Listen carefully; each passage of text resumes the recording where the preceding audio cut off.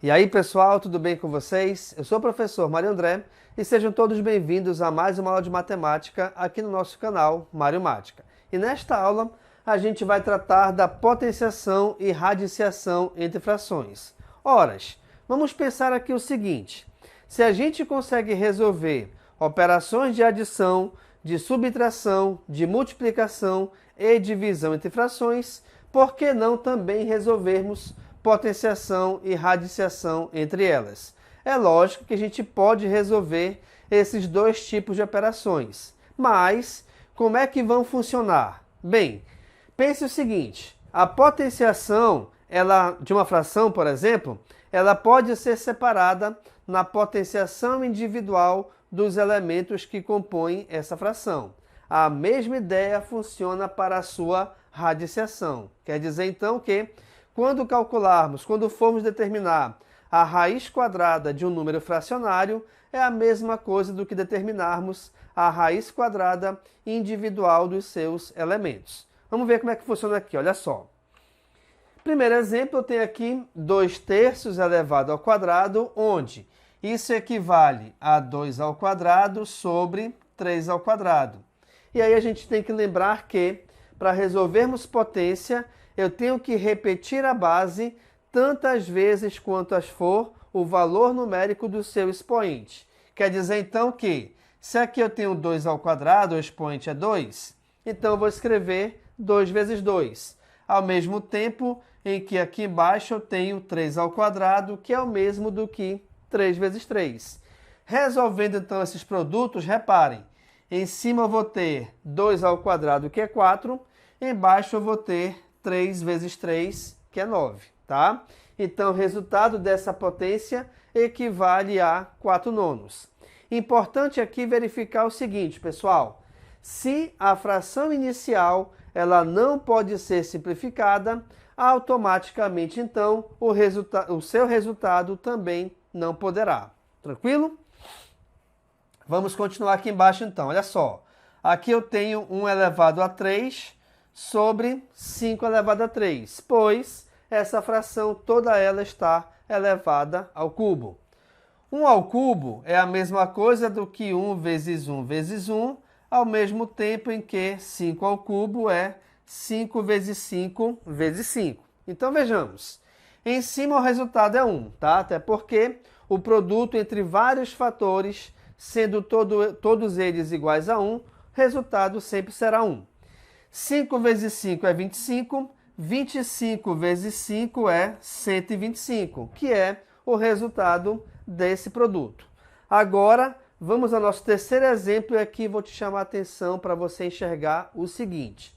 Você consegue reparar alguma diferença desse terceiro exemplo para os dois anteriores? Consegue?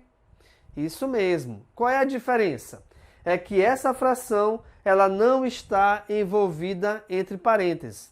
E aí, isso tem alguma coisa a ver? Isso vai alterar a nossa resposta do que eu já estou acostumado a fazer?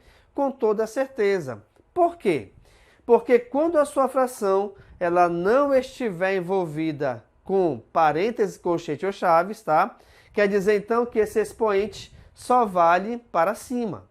Então, aqui, reparem, eu vou ter 3 ao cubo, que é a mesma coisa do que 3 vezes 3 vezes 3, sobre 7. Sendo que 3 vezes 3 é 9, 9 vezes 3 é 27. Então, o resultado dessa fração equivale a 27 sétimos.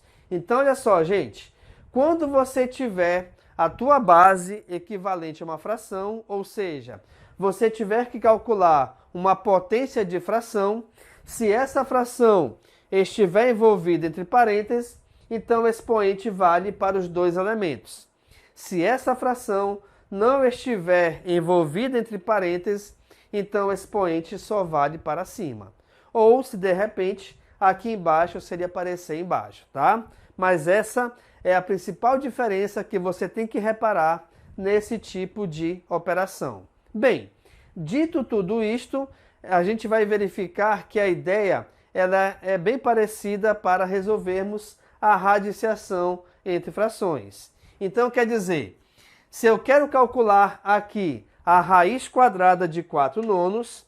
Isso equivale ao mesmo que calcular a raiz quadrada de 4 sobre a raiz quadrada de 9. E aí vamos relembrar que calcular a raiz quadrada é o mesmo do que pensarmos em um número que, multiplicado por ele mesmo, chegue ao resultado que está aqui dentro. Sendo assim, a raiz quadrada de 4 é 2, pois 2 vezes 2 é 4. Ao mesmo tempo em que a raiz quadrada de 9 é 3, pois 3 vezes 3 é 9. Tranquilo? A mesma ideia aqui para baixo, olha lá. Aqui eu tenho, então, a raiz quadrada de 100 sobre a raiz quadrada de 81. Opa! A raiz de 100 é 10, pois 10 vezes 10 é 100. A raiz de 81 é 9, pois 9 vezes 9 é 81. Tranquilo, pessoal?